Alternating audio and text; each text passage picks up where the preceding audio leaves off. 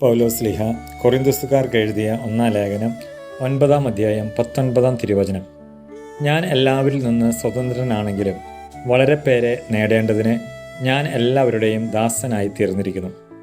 മനുഷ്യനെ സൃഷ്ടിച്ചവൻ മനുഷ്യനായി ജനിക്കാൻ തിരഞ്ഞെടുത്തത് കാലിത്തൊഴുത്ത്. സമൂഹത്തിൽ ഏറ്റവും താഴെത്തട്ടിലായിരുന്ന ആട്ടിടയന്മാരെക്കാൾ താഴ്ന്ന അവസ്ഥയിലുള്ള ആടുമാടുകൾ താമസിക്കുന്ന സ്ഥലം തിരഞ്ഞെടുത്തുകൊണ്ട് അവൻ പറയാതെ പറഞ്ഞു, എല്ലാ മനുഷ്യർക്കും ഒരേ ഛായയും സാദൃശ്യവുമാണുള്ളത്. അത് ദൈവത്തിൻ്റെതാണ്. ഉൽപ്പത്തി 1:26. സിക്കമോർ മരത്തിൽ നിന്ന് ഈശോയുടെ അരികിലേക്ക് ഇറങ്ങി വന്ന സക്കേവൂസിന് മനുഷ്യരെക്കുറിച്ച് പുത്തൻ കാഴ്ചപ്പാടുണ്ടായതുപോലെ എല്ലാവരെയും കാൾ വലിയവനാണെന്ന എൻ്റെ അഹത്തിൻ്റെ സിക്കമോർ മരത്തിൽ നിന്നും താഴെ ഇറങ്ങാൻ ഞാൻ തയ്യാറായാൽ എൻ്റെ കൂടെയുള്ളവരെക്കുറിച്ച് എനിക്ക് പുത്തൻ കാഴ്ചപ്പാടുണ്ടാകും. അതുവഴി എനിക്ക് അവരെ ഈശോയ്ക്ക് വേണ്ടി നേടാനാകും.